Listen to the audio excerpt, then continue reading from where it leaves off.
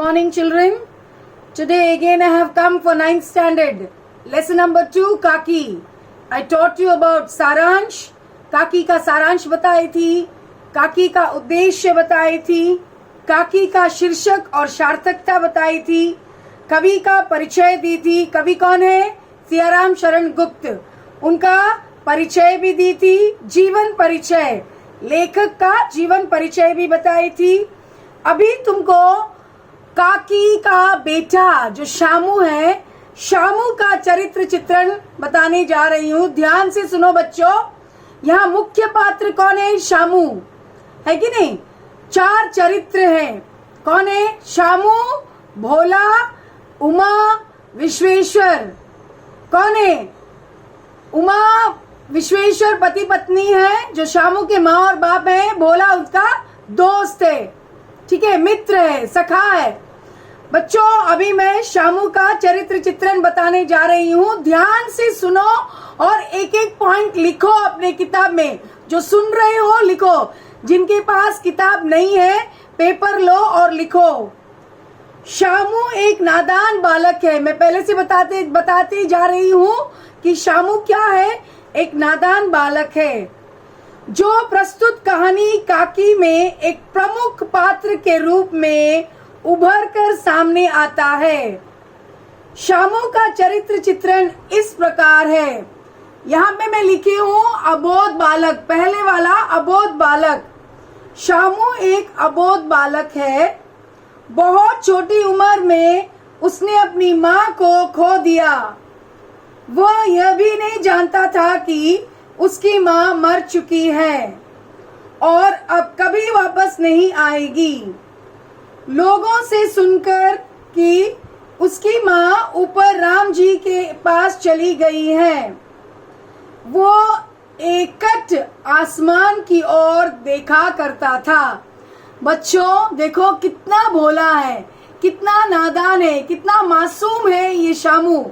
उसको इतना भी पता नहीं है कि उसकी माँ मर चुकी है और उसे शमशान ले जा रहे हैं. क्रिया कर्म करने के लिए शमशान लिया जा रहा है. फिर भी उसे ये पता नहीं. जब वो पूछता है, जब वो कहता है कि मेरी माँ को कहाँ ले जा रहे हो, तभी लोग उसे कहते हैं कि उसकी माँ को राम जी के यहाँ ले जा रहे हैं. अबोध बालक के बारे में समझ में आया बच्चों? अभी मैं भावुक के बारे में बता रही हूँ. शामू अत्यंत भावुक बालक है. एक भावुक बालक है. उसके मन में अनेक कोमल भावनाएं हैं. वो स्वाभाविक रूप से अपनी माँ को बहुत प्यार करता है. जब लोग उसकी माँ के शव को शमशान ले जा रहे हैं, तब वो उपद्रव मचा रहा है. काकी सो रही है. उन्हें इस तरह उठाकर कहाँ ले जा रहे हो? मैंने ये जाने नहीं दूंगा, मतलब मैं लेने नहीं दूंगा शव को, माँ की शव को लेने नहीं दूंगा. आप कहाँ ले जा रहे हो मेरी माँ को? मेरी माँ सो रही है. देखो बच्चों कितना भावुक है. उसकी मन की भावनाएं वो प्रकट करता है और कहता है मेरी माँ को कहाँ ले जा रहे हो? मेरी माँ सो रही है. वो उपद्रव मचा रहा है, मतलब हल्ला गुल्ला मचा रहा है, कोरम मचा रहा है. ठीक है, भावुक के बारे में समझ में आया. अभी उसकी दृढ़ता, वो एक दृढ़ निश्चय है, मतलब वो दृढ़ निश्चय बालक है. मतलब जो भी ठान लेता है वो कर दिखाता है. ठीक है बच्चों.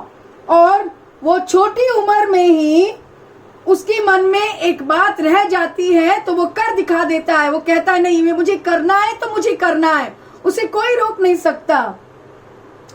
लेकिन जब उसने सोचा कि वह अपनी काकी को बुलाने के लिए पतंग भेजेगा, तो उसने अपने मित्र भोला के साथ बात करके एक योजना बनाई. उसका इरादा दृढ़ था. देखो बच्चों, दृढ़ता, उसकी इरादा दृढ़ था. जब लोग उसे कहे कि तुम्हारी माँ राम जी के यहाँ गई है, ऊपर गई है, तो वो उसके मन में क्या आया कि वो पतंग भेजेगा और उसकी माँ को नीचे बुलाएगा. तो उसका इरादा क्या था? दृढ़ था कि पतंग के सहारे उसकी काकी नीचे उतर आएगी.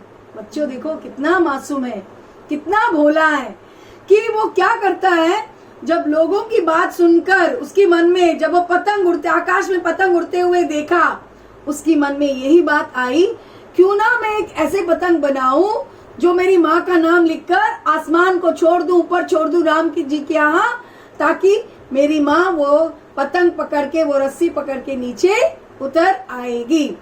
बच्चों ये था उसका दृढ़ता। बच्चों देखो अभी सीधा एवं सरल, वो कितना सीधा है और कितना सरल है उसके बारे में बताने जा रही हूँ। शामू के स्वभाव, नेचर, ठीक है, शामू के स्वभाव में सरलता तथा भोलापन है। उसने स्वीकार कर लिया है कि काकी राम जी के पास चली गई है और उनका घर आसमान में होता है। आसमान में उड़ती पतंगों को देखकर वो योजना बनाता है कि एक पतंग वो काकी के पास भेजेगा और उसकी डोरी पकड़कर काकी नीचे उतर आएगी। इस प्रकार की योजना, पूरी योजना उसने बनाया और शामू के स्वभाव की सरलता तथा भोलापन दिखाई देता है। बच्चा देखो कितना सीधा और सरल है, उसका स्वभाव कैसा है। अतः कहा जा सकता है कि शामू एक छोटा सा नादान एवं सरल हृदय बालक है। छोटा सा नादान एवं सरल हृदय बालक है, जो कि पाठकों के हृदय पर एक गहरी छाप छोड़ जाता है।